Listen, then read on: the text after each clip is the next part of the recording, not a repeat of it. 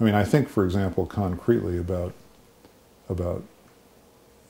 congregations in, say, the Protestant or Catholic community, which are the ones that I'm most familiar with. There's this tremendous need in most congregations on the part of lay people to have the priest or the pastor be a godly person in some illusory way. And a lot of priests and pastors feel the falsehood of that. They know themselves well enough to know that they're sinners, that they're broken, that they're struggling along with everybody else. Moving a congregation from that place of shared illusions to a place of reality where people feel safer because the leader has acknowledged his or her brokenness is a struggling period of time.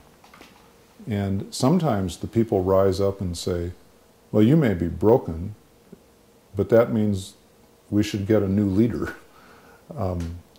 And that's a price that leaders sometimes have to pay. I guess this question, like a lot of questions, comes down, if I'm the leader in question, it comes down to a matter of how much I value my own integrity. And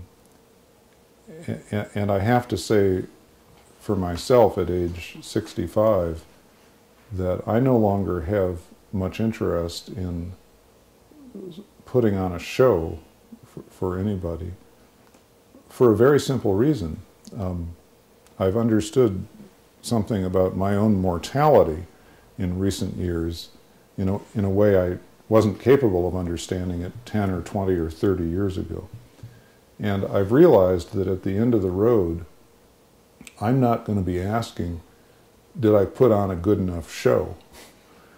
I'm going to be asking, how real was I? Was I really there? Did I really do that? Did I live my real life?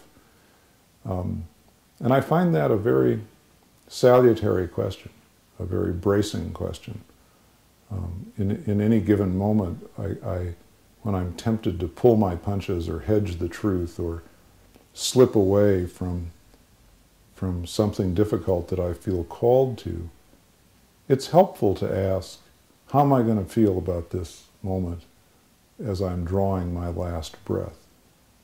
And I'm pretty clear at this point that I'm not going to be asking, how much did they like me? But I'm going to be asking, did I live it by my own best lights? I think that's why St. Benedict in his rule for monks says, daily keep your death before your eyes. Not because it's a counsel of morbidness, but because it's very life-giving advice. If you daily keep your death before your eyes, you're likely to live more fully in the moment than you would otherwise.